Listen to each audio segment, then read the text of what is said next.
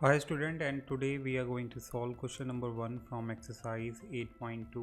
ये काफ़ी difficult exercise है, इसलिए अच्छे से समझना है आपको, ठीक है, और अच्छे से सुनना है, क्योंकि अगर आप सुनेंगे नहीं तो आपको बिल्कुल भी समझ में नहीं आने वाला है। तो ये जो क्वेश्चन है, क्वेश्चन नंबर 1 एक्सरसाइज 8.1 का, इसको सॉल्व करने से पहले आपको एक थ्योरम के बारे में जानना होगा। उस थ्योरम का नाम है मिड पॉइंट थ्योरम। नाम ही उसका मिड पॉइंट के ऊपर रखा गया है, यानी कि मिड पॉइंट का तो आने वाला है इसमें कुछ कॉन्सेप्ट। तो थ्योरम क्या कहती है? तो अगर एक कोई ट्रायंगल है, ठीक है, अगर ट्रायंगल की दो साइड के मिड पॉइंट को, ट्रायंगल की दो साइड मैंने ले ली, ये ए, ये बी, ये सी है। ट्रायंगल की दो साइड कौन सी है? ए बी एंड ए सी। इसके मिड पॉइंट को अगर मैं ज्वाइन कर देता हूँ, अगर मैं इसके मिड पॉइंट को ज्वाइन कर देता हूँ, मिड पॉइंट मान लेता हूँ पी और क्यू, तो जो ये ज्वाइन की हुई लाइन है पी क्यू, ये पैरेलल होगी ट्रायंगल की तीसरी साइड के, ठीक है, यानी कि बी सी के पैरेलल हो जाएगी हमारी पी क्यू। और साथ में जो पी क्यू होगा वो हाफ होगा ऑफ बी सी, यानी कि पी क्यू जो होगा वो आधा होगा बी सी का। समझ में आ गया? तो ये है हमारी मिड पॉइंट थ्योरम। तो इसी को हम यूज़ करने वाले हैं इस क्वेश्चन में, मिड पॉइंट थ्योरम, ठीक है। तो इसको करते हैं साइड में, अभी इसका हमें सॉल्यूशन स्टार्ट करते हैं। पहला पार्ट है हमारा इसमें कि क्वेश्चन क्या कह रहा है, पहले वो समझ लेते हैं।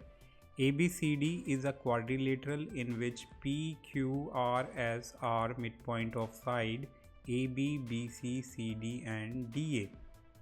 तो ये हमारा एक क्वाड्रिलेटरल दे रखा है ABCD, जिसमें PQRS क्या है? PQRS मिड पॉइंट है AB के, BC का, CD का एंड DA का। मिड पॉइंट है PQRS। यहाँ तक क्लियर? फिर AC इसमें एक डायगोनल है, AC एक डायगोनल बनाया गया है।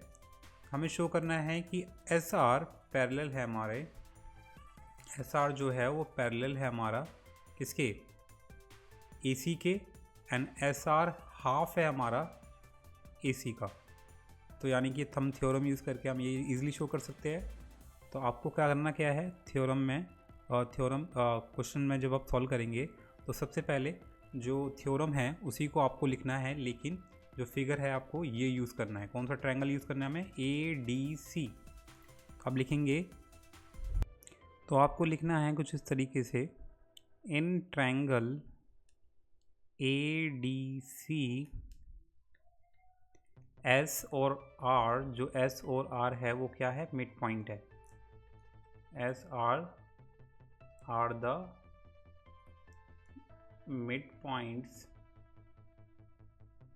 midpoints of side। किसके मिड पॉइंट है? S R side mid point है AD के एंड CD का, ठीक है। S है AD का और R है हमारा CD का। तो ये आपको लिखना है mid point of sides AD and CD respectively.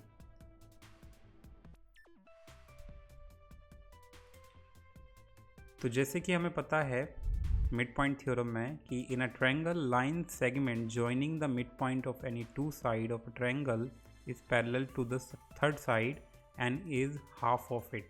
तो यानी कि आपको थ्योरम पूरी स्टेट करनी होगी, यानी कि पूरी लिखनी होगी, उसके बाद आप लिख सकते हैं कि ये इसके पैरेलल है और ये हाफ ऑफ इट है। तो किस तरीके से लिखेंगे थ्योरम को? तो आपको थ्योरम लिखनी है कुछ इस तरीके से, in a triangle the line segment joining the mid point, यानी कि एक लाइन है, जैसे कि ये लाइन है, लाइन सेगमेंट है, तो जॉइंट कर रही है ट्रायंगल की दो साइड के मिड पॉइंट को, P एंड Q को। तो बेसिकली ये जो लाइन सेगमेंट है ये क्या है हमारी? पैरेलल है। The line segment is parallel to the third side, parallel to the third side and is half of it, यानी कि PQ हमारी हाफ है BC के, ठीक है। तो इसे आप कैसे लिखेंगे? तो आप, क्योंकि अब ये हमने स्टेट कर दिया थ्योरम के हिसाब से, अगर ट्रायंगल की दो साइड के मिड पॉइंट को हम ज्वाइन कर देंगे तो तीसरी साइड के पैरेलल होगा, यानी कि हम कह सकते हैं थ्योरम के हिसाब से अगर हम एस और आर को ज्वाइन कर देंगे तो वो ट्रायंगल की जो तीसरी साइड है, ट्रायंगल की तीसरी साइड कौन सी है? ट्रायंगल की तीसरी साइड है ए सी, इसके पैरेलल होगी। तो आप लिखेंगे देयरफॉर एस आर जो है वो पैरेलल होगा हमारा ए सी के, एंड हाफ ऑफ इट भी होता है यानी कि आधा भी होता है। तो यानी कि हम कह सकते हैं S R is half of A C. ठीक है, ये होगी हमारी इक्वेशन 1। तो यानी कि फर्स्ट वाला पार्ट प्रूफ हो गया। सेकंड वाले पे आ जाते हैं। अब सेकंड वाले में हमें शो करना है P Q equal to S R है। P Q equal to S R हमें शो करना है। तो कैसे शो करेंगे? तो इसमें भी अगेन हमें थ्योरम लगानी होगी, लेकिन इसमें हमें ट्रायंगल कौन सा लेना होगा? ट्रायंगल लेना होगा ए बी सी। ये वाला ट्रायंगल ले लेते हैं। In triangle A B C, ठीक है। अगेन इसमें इस ट्रायंगल में हमारे दो मिड पॉइंट है पी एंड क्यू। किस साइड के है? A B and B C के। तो आपको सेम तरीके से लिखना है इसके लिए भी। P and Q R midpoints of कौन कौन सी साइड है? ए बी का मिड पॉइंट पी है एंड बी सी का मिड पॉइंट क्यू है। तो आप लिख सकते हैं mid point of A B and B C respectively.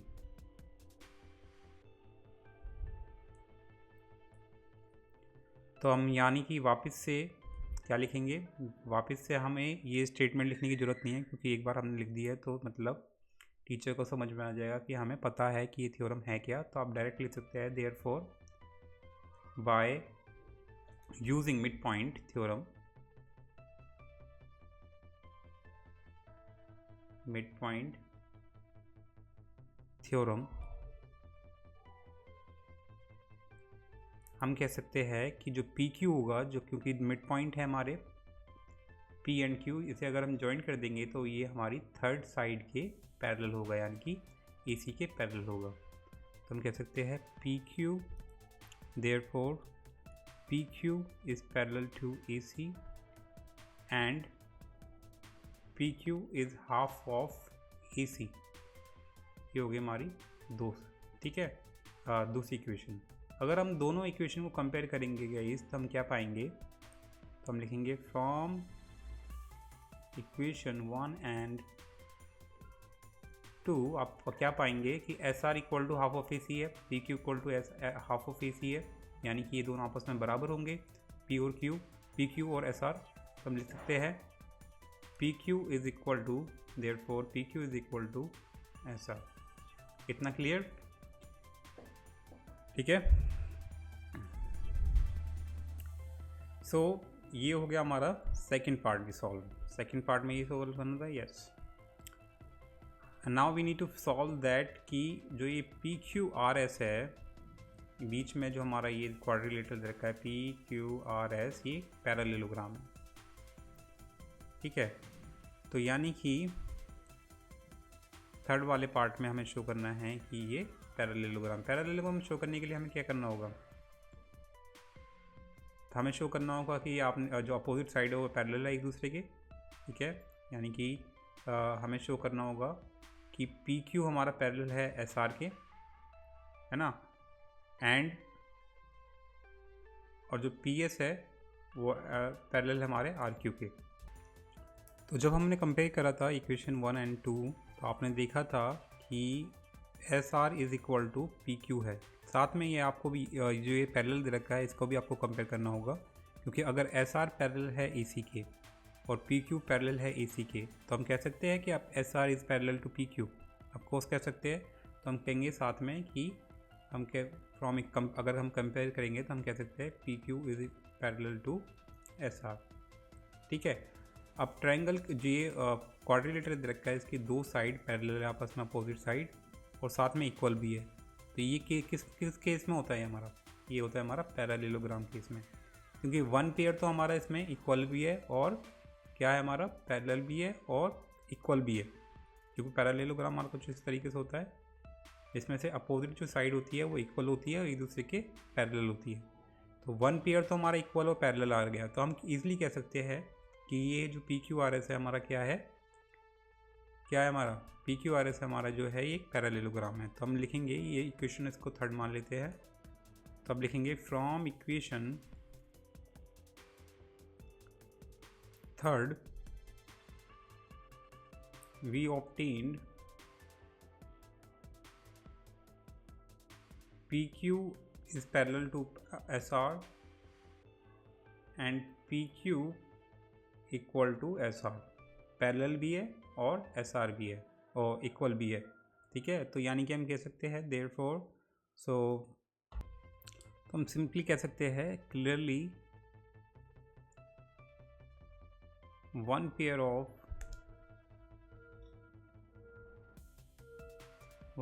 Of opposite sides of quadrilateral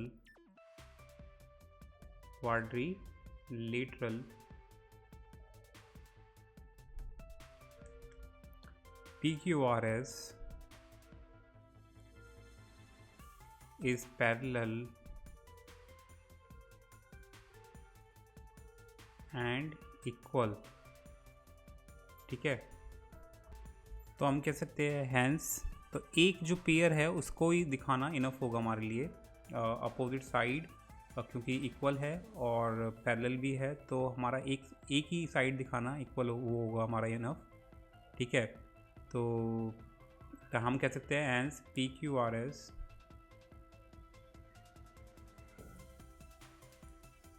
और पैरेललोग्राम सॉरी, क्योंकि अगर हम दोनों साइड को अगर हम प्रूव करने जाएंगे तो क्वेश्चन जो आंसर है बहुत ज़्यादा बड़ा हो जाएगा। पैरेललोग्राम इज अ पैरेललोग्राम, ठीक है। So yeah this is how you can solve it guys, and this end of the question. Hope you like it. Subscribe for more video. Till then bye.